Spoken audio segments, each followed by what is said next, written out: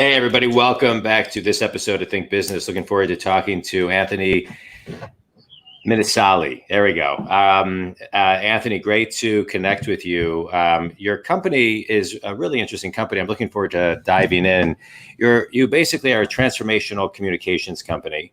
You're the founder and CEO of SignalWire. But you basically, one of the things you do, and I know you do a few, we're going to dive into a couple of things, is keep your remote team connected with the only platform designed to enable real connections that teams need to function. So it's really about collaboration and things of that nature. But, maybe we can start off by talking two things. One, the different avenues of what your company does, but also how does your platform differ from the StreamYard that we're on now, the Zoom, the Microsoft Teams, and things of that nature? Sure. First, thanks for having me. The main difference is that the work that was done by SignalWire in the technology area has been going back since the early 2000s. The company is rather new, but a lot of the core team had been involved in an open source movement to try and define a new way to use the internet for voice over IP and that kind of stuff. Back in those days, it was like a new thing to use the internet for even just voice. And we put a lot of effort into building this open source platform that was kind of the key engine to being able to make a lot of different stuff. So we started from like bare metal on computers and worked our way up to like a software platform written in C, which was very cross-platform and installed in different places. And that was really a great starting point for us. We also, that open source project has created many popular companies today that we use on the internet. When we decided to make SignalWire, the goal was to take the infrastructure we had built, and rather than just being like a cog that you have to add a bunch of stuff yourself, to add some more to it and remotely host it for you so that you can build more things. So it kind of goes low-level voice, phone calls over 10-digit dialing, international dialing, text messages, and then bringing in video and browser and mobile SDK that just adds like the billion plus devices out there in the world that are already using a browser to for our infrastructure and be able to allow developers to build basically any kind of product they want. So think of a level below those things. So you want to make a Zoom, or you want to make a StreamYard yourself, or create something similar that's like unique to your business needs. Yeah, let's talk about that, because I think in the spirit of collaboration, many companies are, a lot of the auto companies, Salesforce, Facebook, we could name many, many others, are doing, are coming out and saying, hey, hotel style, hybrid office space is where it's going to be come the fall, kind of right now. And I agree with you. I think there needs to be more of a collaborative feel and custom tools that companies have, not just Microsoft Teams and Zoom. And so how do you even begin to attack that when everybody's so busy, right? How does a company start to take on that project? It sounds like it's not something overnight, but looking at all the different tentacles that you're talking about. Sure, there's two categories there. So one is adapting to the culture and lifestyle of doing a remote collaboration, which started in the early days. Developers have always had an easier time with that, and that's kind of what our root was. So we had, doing open source development worldwide. I had lots of people. We built a communications platform, so we used it a lot to talk to people. So there was a lot of, the same kinds of concepts that have produced things like Clubhouse have always been around. This idea of like having people do stuff in front of an audience. We used to call it IRC. It's still a thing out there somewhere. Like you go on IRC, and then the development team works and chats, and then everyone else kind of watches, and they learn from it, and it grows. So that's kind of where it evolved to, where this kind of you have people being able to see what everyone's doing, and be able to collaborate easier. So the benefit for us was we wanted to have a remote work company at SignalWire. Regardless of what our product was, we are a remote company. So we started it with no physical walls from the day one. And we Which have was people when? all over the world. Which was when, Anthony? It was late 2017 in December. Okay. So this is before a pandemic and everything. We had built it, and some of the functionality that we make possible is born from our own needs, because we use this. We have like 70 FTE at our company, and we actually use our own technology to create like a virtual workspace that we can go and log in, and you can see all of your coworkers having meetings and stuff, and you can actually join that meeting and talk to them or bounce around or bring them with. You can transfer each other. So it kind of gives you a lot of feel like a real company. Like you can come to our front door and there's a reception booth, and you go in and ask to talk to someone, they can transfer you in. So kind of is like the future of how a phone system will evolve, where it's more like video, somewhere between the Alexander Graham Bell and Star Trek, like we're halfway there maybe. Wait, so let's talk about that, because what you're talking about now is kind of virtual reality, art, and really kind of diving in, the Oculus feel of things, where, what, as you're talking about, where does that fit a role in the next, how many years, where, you're getting that virtual reality, artificial intelligence, and you're really walking through. What does that look like? And what does that look like and when?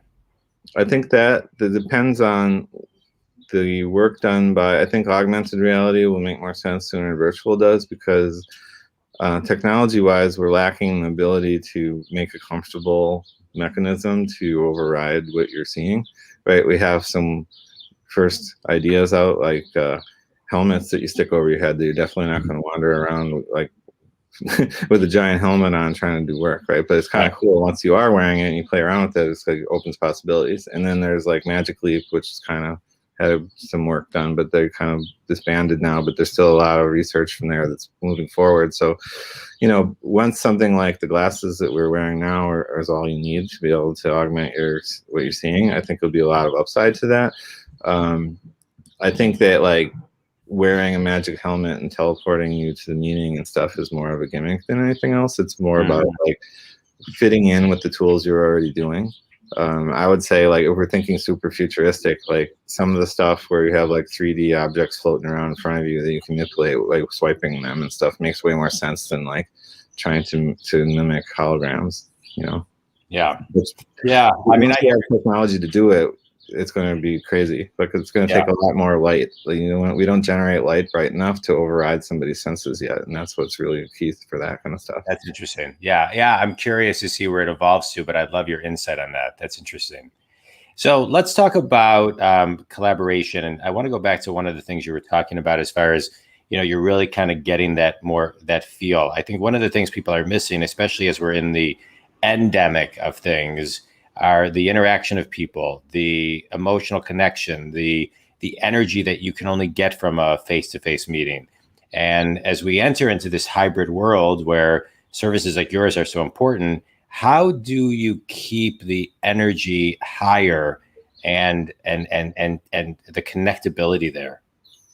So some of the stuff we do is we focus on some of the key elements that, you hear the term Zoom fatigue. People are just sick of being on video calls and whatever. And it's really kind of like, part of it is because you get a little bit lazy because you don't have to be around people anymore. So when you are, that being on is draining to some people. Depends on your personality type, right? Like some of us are introverts, and it costs a lot of energy points to even talk to people. Yeah. Or you don't want to put on like your best foot forward while you're talking. It takes a lot more energy to be more articulate and everything. So you get that, but a lot of the reason that happens is that there's latency issues in a lot of these communication tools. So we focus on that.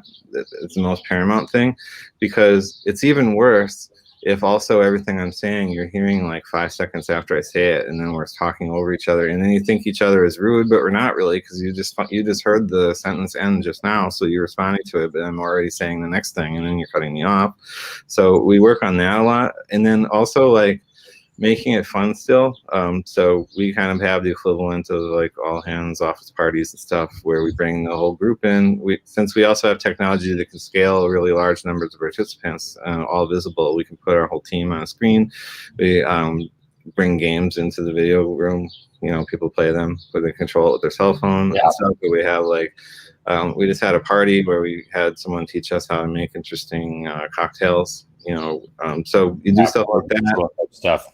And I think the other key is like shorten the meetings and make some of them impromptu. Because the other thing we're used to in real life is if I'm working in an office and I see you come in for the morning and you're about to go into your office and I'm over on my desk, I come up and catch you before you get busy and ask you questions and stuff.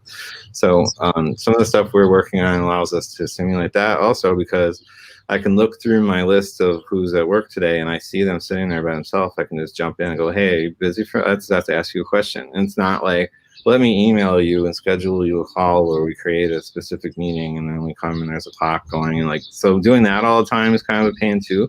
So it's all about that kind of stuff. And the payment for that is you need more communication, because it's even harder, remotely to read people's intent.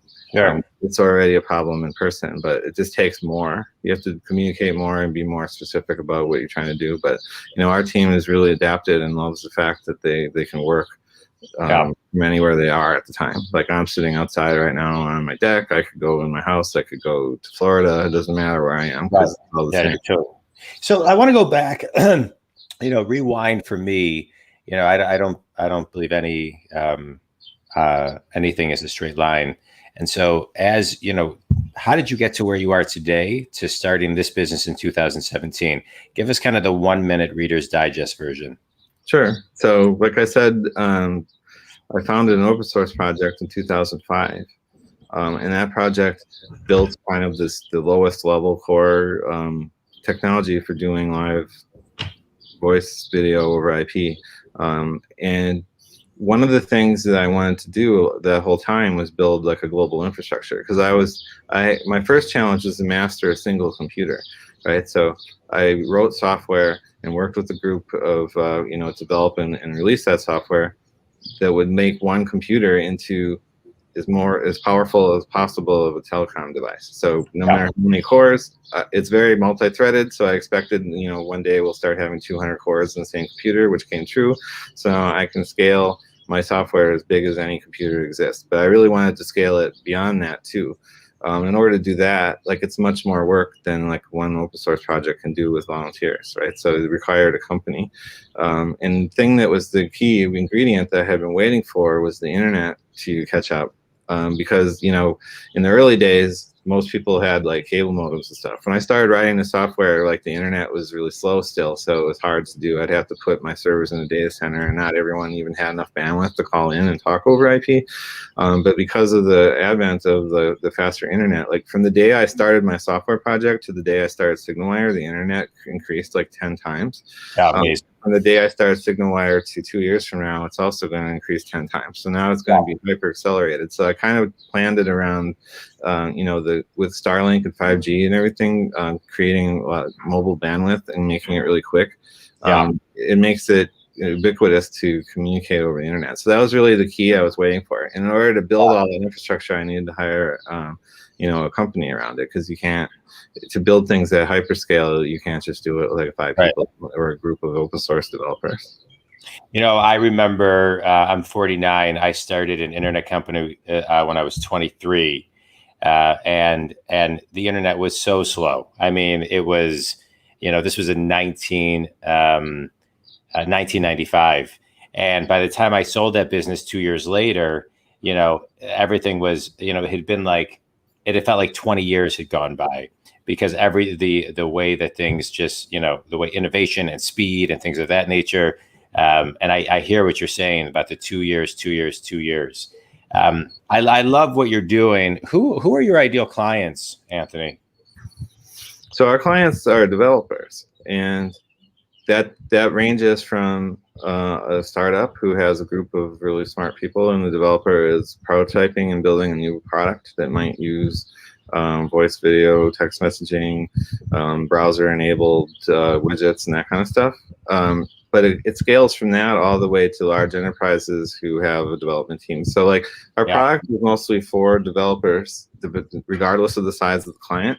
But in some cases, at the enterprise level, that might be like a large group of developers, or it could be a small company that, we've had some that during the time of SignalWire created the company completely, just, one guy in SignalWire, and now, they're making like tons of money, grew really fast. Like, and then when they grow, we do, because they're using our infrastructure. So those are always great success stories. So that the kind of customers we look for are like either enterprises that want to enable, like you mentioned, Salesforce or something like that. Companies like that are doing sales enablement. Maybe they want to take the video technology we're using right now, but reapply it to more of a sales look. Like I want to bring you into the sales portal straight from our website, and you can start interviewing me and ask me what products I want to buy. So we can enable the sales world. There's like video interviews, or just imagine anything you could do if you could just grab video apps and create them really fast. So we wanted to reduce that friction. So it's like anyone that's trying to develop something interesting, or they're trying to move to the internet for doing it, rather than the old-fashioned way of over the phone and that kind of stuff. Yeah, I love it. I love what you're doing. It's innovative. It's forward-thinking. It requires people to, take some time and really invest, and to get things to the next level. I love it. A quick speed round, Anthony. You ready? Yep. All right. Best piece of wisdom you've ever received? Best piece of wisdom I've ever received. Good question. It's not a speed round anymore. How long do I get? There's a lot of it. So it would probably be trust your instincts. Yeah, that's a good one. I think a lot of times people don't do that, and that's so key. Favorite book and why? Favorite book is The Hitchhiker's Guide to the Galaxy, because I love the snarkiness of Douglas Adams and all of the whole series, really. Yeah. Finish this sentence. One thing every company needs to do when it comes to increasing the collaboration with their hybrid teams is have regular events to involve them, because I've worked on hybrid teams in the early day. Like I said, my whole career, I've been trying to push this envelope forward. So I started out, I had some jobs where I was just the phone. It was like a phone with a speakerphone, like Charlie's Angels. So I was just like, no one saw me, or anyone was there. And it was really hard. Yeah, I was Charlie. So I didn't get to, there's this magic voice that was like talking and making the products happen and running the engineering team, but it was remote, so they didn't know me. So I had a hard time with the political conversations. It would be harder to fight for stuff because I'd be out of the room, and then people would start making decisions I didn't agree with, and I have to backpedal to try and argue about it more. And it was always only over the phone. I hated that. It's one of the reasons I was happy to work on video to finish that off, because you have to involve those remote people and treat them like they're around. You don't just forget about them. Oh, let's go to lunch. Never mind those guys, and don't talk about stuff they don't get to hear about, and that kind of thing. Yeah. You bring up a really, really good point that I think is really, really important. And I want to give a final thought on that. Our company's most important assets, whether they're remote or not, walk out that door or turn off their computer, and you need them to walk back in the door or turn back on their computer and be connected to the company.